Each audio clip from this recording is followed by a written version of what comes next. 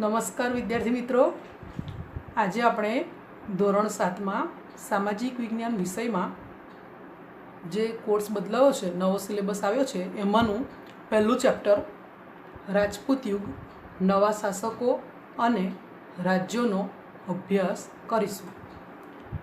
રાજપૂત રાજવીઓએ ઈસવીસન 700 થી ઈસવીસન 1200 વચ્ચેના 500 વર્ષના સમયગાળા દરમિયાન મોટાભાગના ઉત્તર ભારત અને દક્ષિણ ભારત પર વર્ચસ્વ જમાવી રાજપૂત યુગની સ્થાપના કરી.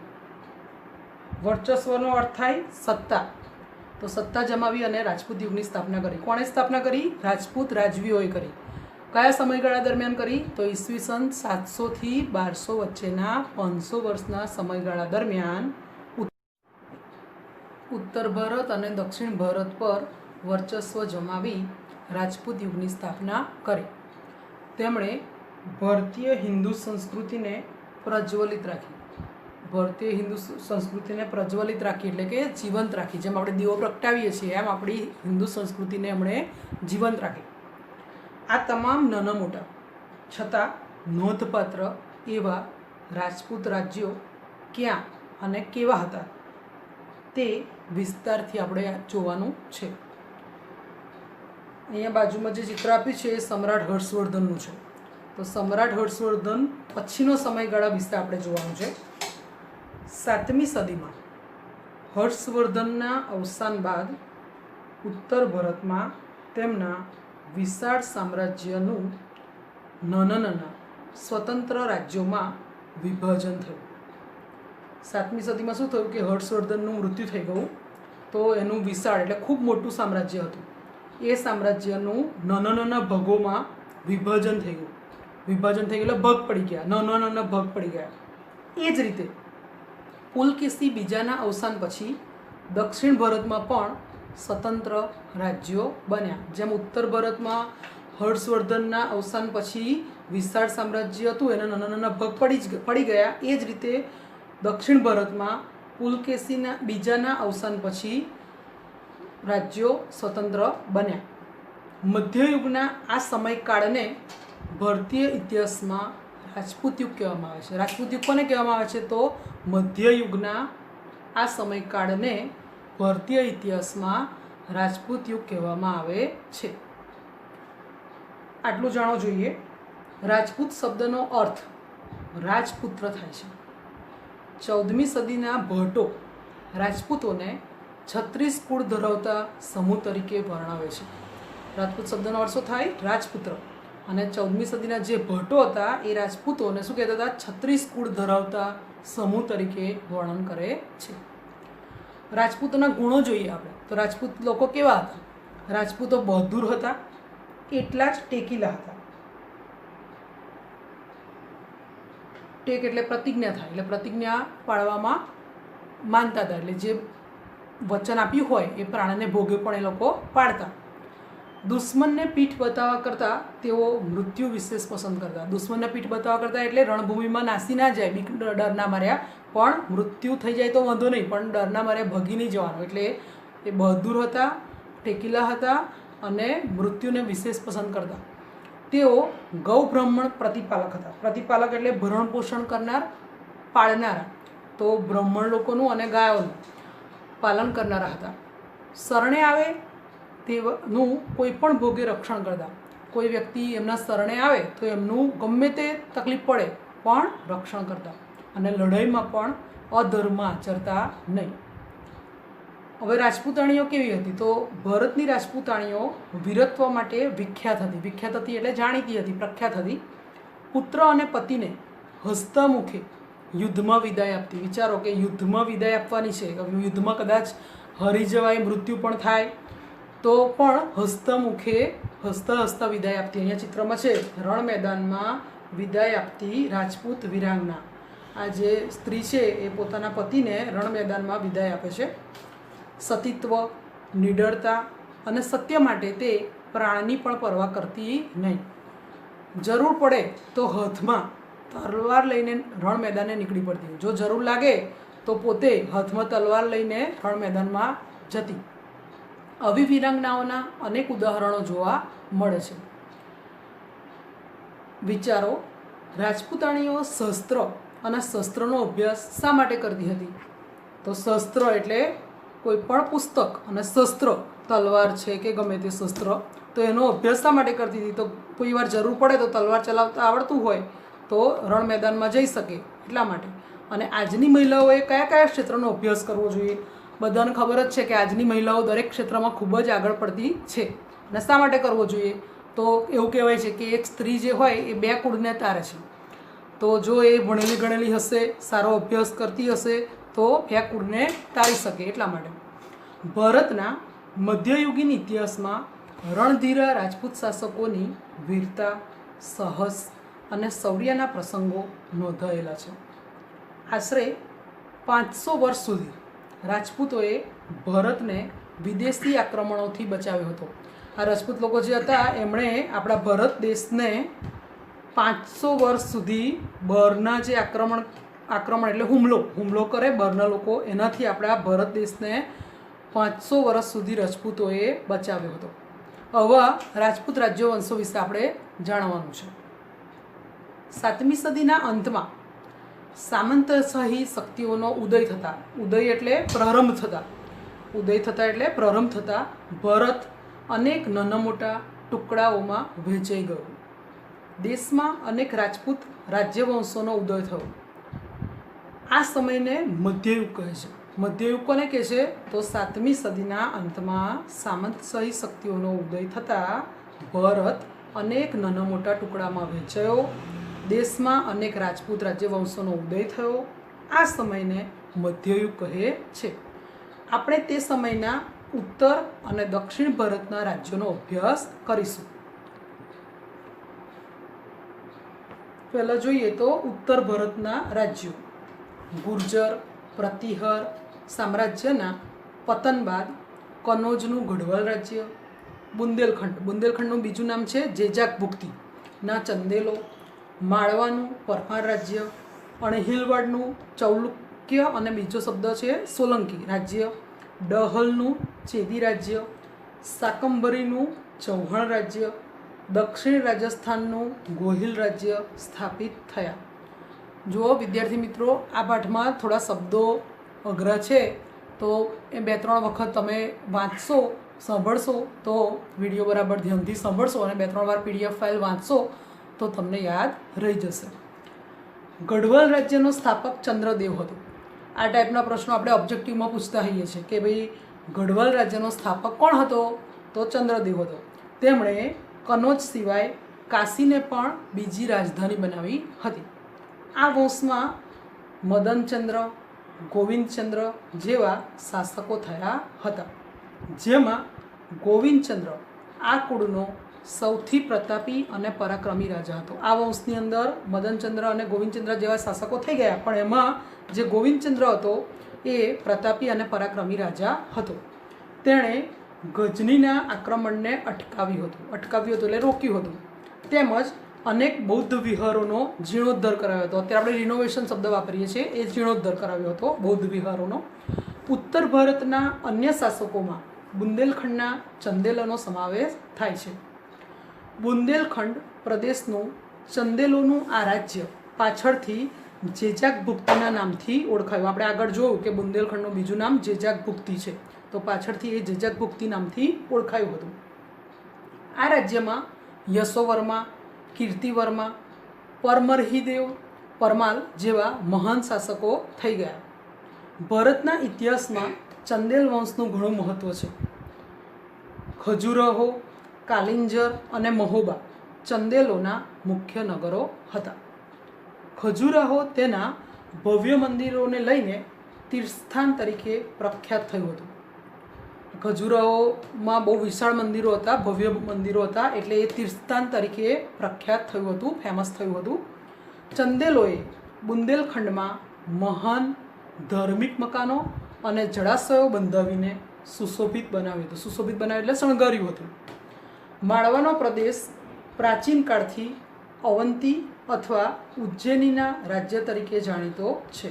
માળવાનો જે પ્રદેશ છે એ પ્રાચીન કાળથી એટલે જૂના જમાનાથી અવંતી અથવા ઉજ્જૈનીના રાજ્ય તરીકે જાણીતો છે. ઈસવીસન 820 કૃષ્ણરાજે પરમાર વંશની સ્થાપના કરી હતી। આ પ્રશ્ન પણ પૂછી શકે એવો છે કે પરમાર વંશની સ્થાપના કોણે કરી હતી અને ક્યારે થઈ હતી? તો ઈસવીસન 820 કૃષ્ણરાજે પરમાર વંશની સ્થાપના કરી હતી। પરમાર વંશમાં સિયક, મુંજ, ભોજ જેવા મહાન શાસકો થયા હતા। ભોજ પરમાર વંશનો સૌથી શ્રેષ્ઠ રાજા હતો। તેની ખ્યાતિ ભારતના એક આદર્શ લોકપ્રિય રાજા તરીકેની હતી। તમે કદાચ પેલી કહેવત સાંભળી હશે, ક્યાં રાજા ભોજ ને ક્યાં ગાંગુતેલી, આ એ જ રાજા ભોજ। તો રાજા ભોજની ખ્યાતિ કેવી હતી? લોકપ્રિય રાજા તરીકેની, એટલે લોકોને બહુ પસંદ પડતા હતા રાજા એમ। રાજા ભોજે ધરાનગરીમાં એક મહાશાળાની સ્થાપના કરી હતી।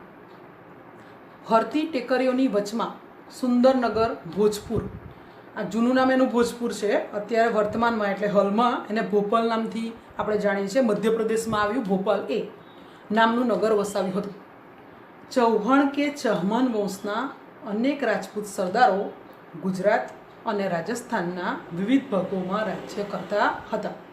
એમાંની એક શાખા 8મી સદીમાં સંભર સરોવર નજીક, આ સરોવરનું નામ છે સંભર, નજીક શાકંભરી, અજમેરની ઉત્તરે આવેલ સંભર નામના સ્થળે રાજ્ય કરતી હતી।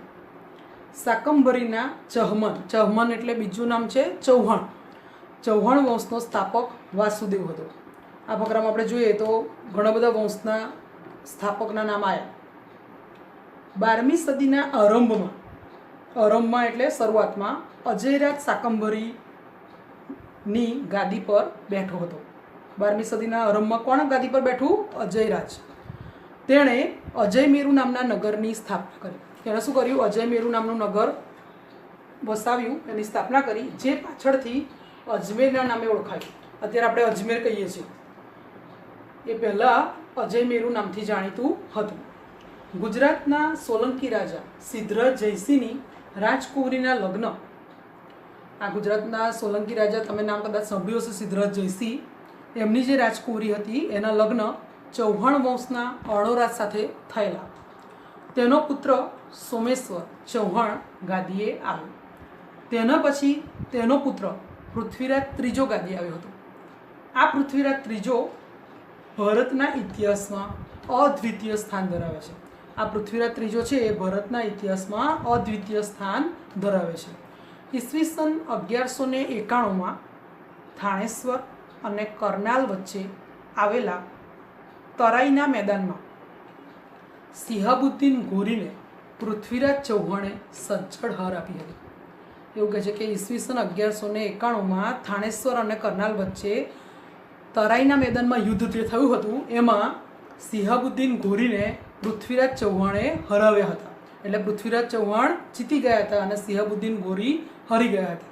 તે પછી ઈસવીસન 1192 એટલે ત્યાર પછી એક વર્ષ પછી પૃથ્વીરાજ ચૌહાણ પણ હારી ગયા અને દિલ્હીના તખ્તા પર મુસ્લિમ સત્તાનો ઉદય થયો, મુસ્લિમ સત્તાની શરૂઆત થઈ।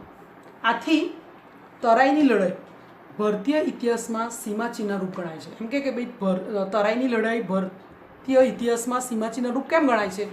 તો એટલા માટે સીમાચિહ્નરૂપ ગણાય છે કે ત્યારથી દિલ્હીના તખ્તા પર મુસ્લિમ સત્તાનો શું થયો? ઉદય થયો। અને એટલા માટે કઈ લડાઈ? તો કે તરાઈની લડાઈ ભારતીય ઇતિહાસમાં સીમાચિહ્નરૂપ ગણાય છે। રાજપૂત યુગમાં ગુજરાતના શાસકોનું વિશેષ સ્થાન છે। 8મી સદીમાં ગુર્જર પ્રતિહારોનું રાજ્ય હતું। 8મી સદીના મધ્યમાં આશરે ઈસવીસન 756 સરસ્વતી નદીના કિનારે વનરાજ ચાવડાએ અણહિલવાડ પાટણની સ્થાપના કરી હતી। 8મી સદીના મધ્યમાં શું થયું? ઈસવીસન 756 સરસ્વતી નદીના કિનારે વનરાજ ચાવડાએ અણહિલવાડ પાટણની સ્થાપના કરી હતી। પોતાના બાળ મિત્ર ને નાનપણનો મિત્ર હતો અણહિલ ભરવાડ, એના નામ ઉપરથી એણે વનરાજ ચાવડાએ શું કર્યું?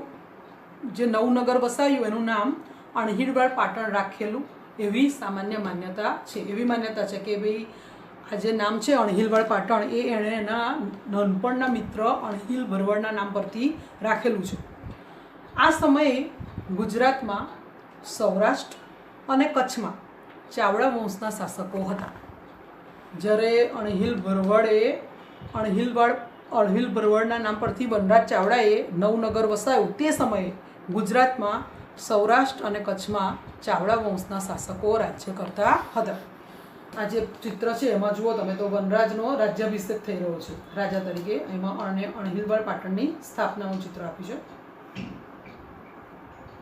જેમાં વઢવાણ, દીવ, આખામંડળ, પાટગઢ, અત્યારે એનું નવું નામ છે લખપત, ભદ્રાવતી, તો અત્યારે આપણે કચ્છ કહીએ છીએ, એ વગેરેનો સમાવેશ થાય છે. આ બધા શાસકોમાં સોલંકીઓના શાસનકાળને ગુજરાતના રાજપૂત શાસનનો સુવર્ણ યુગ ગણવામાં આવે છે. સુવર્ણ યુગ એટલે સોના જેવો યુગ ગણવામાં આવે છે. આ બધા શાસકો જે થઈ ગયા, આપણે આ બધા જોયા જે શાસકો, એમાં સોલંકીઓના શાસનકાળને ગુજરાતના રાજપૂત શાસનનો કયો ગણવામાં આવે છે? સુવર્ણ યુગ. અને સુવર્ણ એટલે સોના જેવો યુગ ગણવામાં આવે છે. તો આ વંશમાં કયા કયા શાસકો થઈ ગયા? મૂળરાજ, ભીમદેવ પ્રથમ, સિદ્ધરાજ જયસિંહ, કુમારપાળ, ભીમદેવ બીજો, ભીમદેવ પ્રથમે છે અને ભીમદેવ બીજો છે, વગેરે શક્તિશાળી શાસકો થઈ ગયા. તમને પૂછે કે ભાઈ સોલંકીઓના શાસનકાળને કેવો શાસનકાળ ગણવામાં આવે છે? તો સુવર્ણ યુગ ગણવામાં આવે છે. અને કયા કયા શાસકો થઈ ગયા? તો મૂળરાજ, ભીમદેવ પહેલો પ્રથમ, સિદ્ધરાજ જયસિંહ, કુમારપાળ, ભીમદેવ બીજો વગેરે જેવા શક્તિશાળી શાસકો થઈ ગયા. સોલંકીઓના શાસનમાં ગુજરાત આર્થિક એટલે પૈસે ટકે અને સાંસ્કૃતિક દ્રષ્ટિએ સમૃદ્ધ હતું. આપણું ગુજરાત રાજ્ય સોલંકીઓના શાસનકાળ દરમિયાન ખૂબ જ સમૃદ્ધ હતું. જૂનાગઢના શાસક રાખેંગારની દીકરી ઉદયમતીના લગ્ન ભીમદેવ પ્રથમ સોલંકી સાથે થયા હતા. જૂનાગઢના જે રાજા હતા રાખેંગાર, એમની જે દીકરી હતી ઉદયમતી, એ ઉદયમતીના લગ્ન ભીમદેવ પ્રથમ સોલંકી સાથે થયા હતા. આ જે રાણી ઉદયમતી છે એમણે પાટણમાં વિશ્વ પ્રસિદ્ધ વાવ બનાવી હતી. તમને ખ્યાલ હોય તો 7 માળની વાવ છે આ, જે રાણીની વાવ તરીકે ઓળખાય છે. આજે આ રાણીની વાવને યુનેસ્કો વર્લ્ડ હેરિટેજ સાઇટનો દરજ્જો મળેલ છે. આ બહુ આપણા માટે ગૌરવની વાત કહેવાય કે આપણા ગુજરાત રાજ્યમાં જે પાટણમાં જે વાવ બની છે એને યુનેસ્કો વર્લ્ડ હેરિટેજ સાઇટનો દરજ્જો મળેલો છે. સિદ્ધરાજ જયસિંહની માતા મીનળદેવી આદર્શ રાજમાતા હતા. સિદ્ધરાજ જયસિંહની જે માતા હતા મીનળદેવી, એમનું બીજું નામ છે મયણલળ દેવી, એ આદર્શ રાજમાતા હતા. તેમણે પ્રજાને ન્યાય આપવા અનેક કામો કર્યા હતા. તેમાં તમને ખ્યાલ હોય તો સોમનાથનો જે યાત્રાળુ વેરો લેવામાં આવતો હતો પહેલાં, એ બંધ કરાયો હતો. રાજમાતા મીનળદેવીએ યાત્રાળુ વેરો બંધ કરાવ્યો હતો, કારણ કે જે ગરીબ લોકો હોય, સાધુ સંતો હોય, એ યાત્રા કરવા માટે જઈ શકતા નહોતા. તો સિદ્ધરાજ જયસિંહની માતા મીનળદેવીએ સોમનાથ જવા માટે જે યાત્રાળુ વેરો લેવામાં આવતો હતો તે બંધ કરાવ્યો હતો. ધોળકામાં મલાવ તળાવ બંધાવ્યું હતું. સિદ્ધરાજ જયસિંહે કલિકાલ સર્વજ્ઞ હેમચંદ્રાચાર્યજી પાસે સિદ્ધહેમ શબ્દાનુશાસન, આ સિદ્ધહેમ શબ્દાનુશાસન એ વ્યાકરણનો ગ્રંથ છે, નામના સમૃદ્ધ ગ્રંથની રચના કરાવી હતી. અને આ ગ્રંથની નગરમાં હાથી પર શોભાયાત્રા કરી ત્યારે પાટણનો રાજા આમ પ્રજાની સાથે ચાલ્યો હતો. આમ પ્રજા એટલે જાહેર જનતા સાથે રાજા પણ પોતે ચાલેલા, અને શોભાયાત્રા કોઈ પુસ્તકની કડી હોય એવો આ પ્રથમ પ્રસંગ હતો. કુમારપાળ પણ પ્રજા કલ્યાણી શાસક હતો અને આચાર્ય હેમચંદ્રાચાર્યનો તેના ઉપર ઘણો પ્રભાવ હતો. તેમની પ્રેરણાથી રાજા કુમારપાળે રાજ્યમાં જુગારની રમત, પશુવધ પર પ્રતિબંધ મૂક્યો હતો. એટલે પશુને મારવાનું નહીં, વધ કરવો નહીં એવો પ્રતિબંધ મૂકેલો, અને અહિંસાના પાલન માટે કડક આજ્ઞાઓ કરી હતી. કુમારપાળ ચરિત્ર ગ્રંથ લખીને હેમચંદ્રાચાર્યજીએ આ રાજાની પ્રતિષ્ઠામાં વધારો કરેલ છે. એટલે હેમચંદ્રાચાર્યજીએ સિદ્ધહેમ શબ્દાનુના શાસન નામનો વ્યાકરણનો ગ્રંથ લખેલો અને કુમારપાળ ચરિત્ર ગ્રંથ પણ લખેલો. કુમારપાળ બાદ અજયપાળ પાટણની ગાદીએ આવ્યો હતો. કુમારપાળ પછી કોણ આવ્યું પાટણની ગાદીએ? તો અજયપાળ નામનો શાસક આવ્યો. લગભગ 4 વર્ષના શાસન બાદ તેનું અવસાન થતાં ગુજરાતની રાજગાદી પર તેનો પુત્ર મૂળરાજ બીજો આવ્યો. ઈસવીસન 1178ની આસપાસ સિંહબુદ્દીન ગોરીએ ગુજરાત પર આક્રમણ કરેલ ઈસવીસન 1178ની આસપાસ સિંહબુદ્દીન ગોરીએ ગુજરાત પર આક્રમણ કરેલું ત્યારે મૂળરાજ બીજાએ નાની ઉંમરે, ત્યારે એ નાની ઉંમરના હતા, તો પણ તેણે સામનો કરી અને તેને હરાવ્યો હતો. આ લડાઈમાં નાડોલના ચહમન રાજા કેલહણે તથા એના ભાઈ કીર્તિપાલે તેને મદદ કરી હતી. એટલે આ જ્યારે યુદ્ધ થયું ત્યારે એની ઉંમર નાની હતી અને એને મદદ કરનારા રાજા છે કેલહણે અને એનો ભાઈ કીર્તિપાલ, એણે એને મદદ કરી હતી. સોલંકી શાસકોની સત્તા નબળી પડતા ગુજરાતની ગાદી પર વાઘેલા વંશનું શાસન આવ્યું. આપણે આગળ જોયું કે સોલંકી શાસનને ગુજરાતનો સુવર્ણ યુગ કહેવાય છે. તો સોલંકી શાસકોની સત્તા નબળી પડી ગઈ ત્યાર પછી ગુજરાતની ગાદી પર કોનું શાસન આવ્યું? કયા વંશનું શાસન આવ્યું? વાઘેલા વંશનું. વાઘેલાઓ જે હતા એ સોલંકીઓના વફાદાર સરદાર હતા. તેમની સેવાના બદલામાં સોલંકીઓએ વ્યદ્રપલ્લી વાઘેલ ગામ અર્ણોરાજને આપ્યું હતું. જે ગામના નામ ઉપરથી તેમના વંશજો વાઘેલા કહેવાય. આ વાઘેલા કેમ કહેવાયા એના માટે છે. તો આમ તો તેઓ પણ મૂળ ચૌલુક્ય જાતિના હતા. આમ જોઈએ તો તેઓ મૂળ ચૌલુક્ય જાતિના હતા પણ વાઘેલા કહેવાયા. વાઘેલા વંશમાં વીરધવલ, વિસળદેવ, અર્જુનદેવ, સારંગદેવ જેવા શાસકોએ ગુજરાતનું શાસન સારી રીતે ચલાવ્યું હતું. વીરધવલના શાસનકાળમાં ગુજરાતને વસ્તુપાળ અને તેજપાળ જેવા સમર્થ મંત્રીઓ મળ્યા હતા. વીરધવલના શાસનકાળમાં ગુજરાતને વસ્તુપાળ અને તેજપાળ જેવા કાબેલ કે જે આવડતવાળા કહેવાય એવા મંત્રીઓ મળ્યા હતા. આ મંત્રીઓની કુનેહના કારણે, કુનેહ એટલે પણ આવડત જ થાય, ગુજરાત મુસ્લિમના આક્રમણોથી બચ્યું હતું. વાઘેલા વંશના છેલ્લા શાસક કર્ણદેવ વાઘેલાના સમયમાં ઈસવીસન 1304ની આસપાસ ગુજરાતમાં દિલ્હી સલ્તનતની સ્થાપના થઈ. વાઘેલા વંશનો છેલ્લો શાસક કોણ? તો કર્ણદેવ. 1304ની આસપાસ ગુજરાતમાં દિલ્હી સલ્તનતની સ્થાપના થઈ હતી. 8મી સદીના મધ્ય ભાગમાં બંગાળમાં પાલ વંશનું શાસન હતું. 8મી સદીના મધ્ય ભાગમાં એટલે વચ્ચેના સમયમાં બંગાળમાં પાલ વંશનું શાસન હતું. આ વંશના સ્થાપક અને તેના વંશજોના નામોમાં પાલ શબ્દ પાછળના ભાગમાં આવતો હોવાથી આ વંશને બંગાળનો પાલ વંશ કહેવામાં આવે છે. એટલે આ વંશજોના નામમાં પાછળ પાલ શબ્દ આવે છે, એટલા માટે એમને બંગાળનો પાલ વંશ કહેવામાં આવે છે. અને આ વંશનો સ્થાપક કોણ હતો? ગોપાલ. એનો સમયગાળો છે ઈસવીસન 750થી 770. પાલ વંશના પતન બાદ ઈસવીસન 1095માં સેન વંશની સ્થાપના થઈ.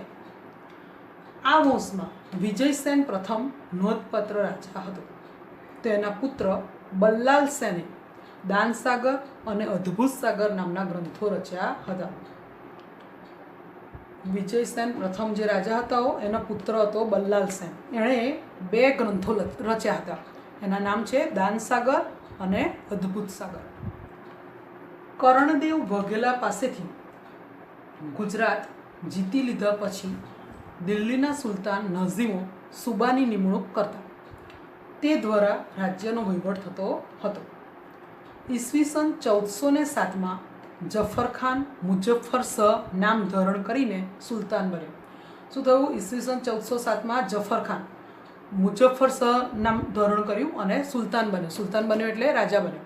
આ વંશમાં 14 સુલતાનો થઈ ગયા, 14 રાજા થઈ ગયા, જેમાં અહમદ શાહ કે જેણે અમદાવાદ નગર વસાવ્યું, મોહમ્મદ બેગડો, બહાદુર શાહ જેવા સુલતાનોનો સમાવેશ થાય છે. 17મી સદીમાં ગુજરાતમાં મુઘલ શાસનની શરૂઆત થતાં સલ્તનત કાળ પૂરો થયો હતો.